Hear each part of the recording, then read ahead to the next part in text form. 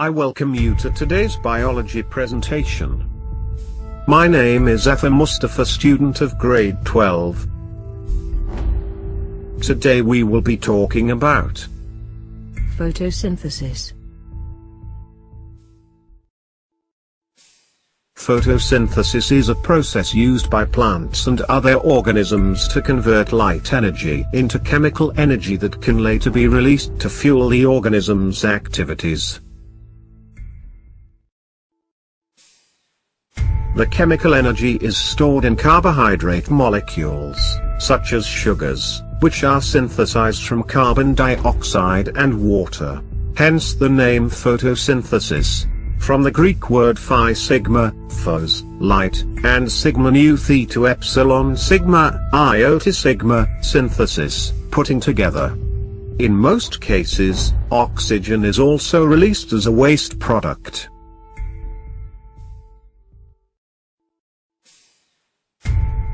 Most plants, most algae, and cyanobacteria perform photosynthesis. Such organisms are called phototrophs. Photosynthesis is largely responsible for producing and maintaining the oxygen content of the Earth's atmosphere, and supplies all of the organic compounds and most of the energy necessary for life on Earth. Although photosynthesis is performed differently by different species, the process always begins when energy from light is absorbed by proteins called reaction centers that contain green chlorophyll pigments. In plants, these proteins are held inside organelles called chloroplasts, which are most abundant in leaf cells, while in bacteria they are embedded in the plasma membrane. In the light-dependent reactions, some energy is used to strip electrons from suitable substances, such as water, producing oxygen gas.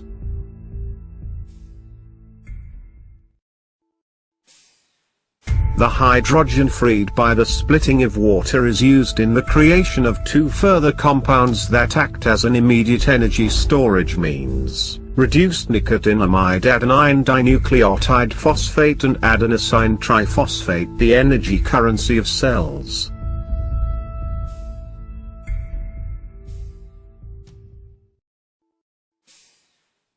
In plants, algae and cyanobacteria, long-term energy storage in the form of sugars is produced by a subsequent sequence of light-independent reactions called the Calvin cycle.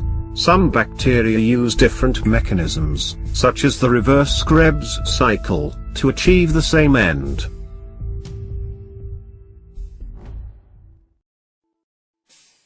In the Calvin cycle, atmospheric carbon dioxide is incorporated into already existing organic carbon compounds, such as ribulose bisphosphate. Using the ATP and NADP produced by the light-dependent reactions, the resulting compounds are then reduced and removed to form further carbohydrates, such as glucose.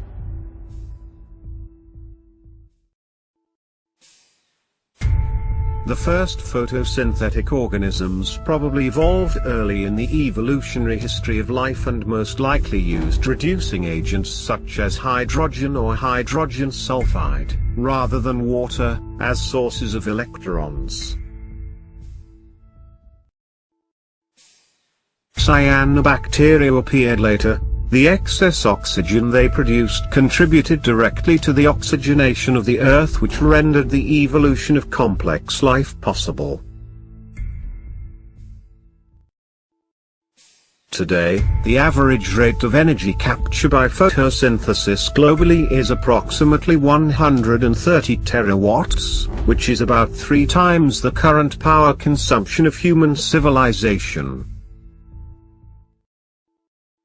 Photosynthetic organisms also convert around 100 to 115,000 million metric tons of carbon into biomass per year. Now let's watch the animation to understand more about the photosynthesis. Photosynthesis. Plants make their food with the help of many things. Plants get their raw material for photosynthesis from the soil, the air, and the sun. Oh, look! It started raining! When it rains, water gets absorbed into the soil. The plants take in the water from the soil through its roots. In the roots, there are tubes, which are called the xylem and the phloem.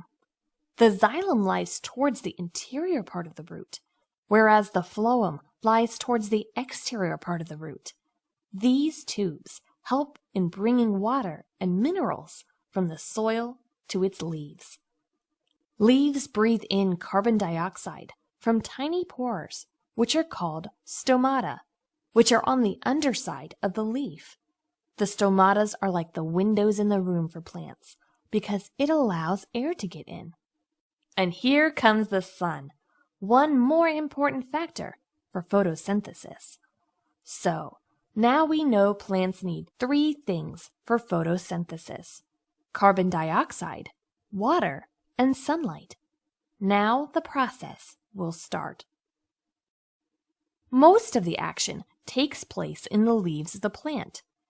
If we cut a leaf and observe it under a microscope, we see that right below the outer layer of cells, there is a layer of soft, elongated cells called mesophyll cells. Inside the mesophyll cells, we see tiny nodes, which are called chloroplast. Chloroplast contains a special chemical called chlorophyll. It is chlorophyll which colors the leaves green. Chlorophyll absorbs red and blue light from the sunlight that falls on leaves. Therefore, the light reflected by the leaves is diminished in red and blue and appears green. When the light energy from the sun is captured by the chloroplast, it's stored in stalks called a granum, in which is a thylakoid membrane. In these membranes, the chemical reaction of photosynthesis takes place. So, remember, carbon dioxide plus water plus sun gives you glucose plus oxygen. The glucose, or sugar, is the food which the plant has made for itself and is distributed to all parts of the body, and oxygen is a waste gas, which the plants breathe out. People and animals use this very oxygen to breathe and continue living. We, in turn, exhale the carbon dioxide needed by plants, and the cycle continues.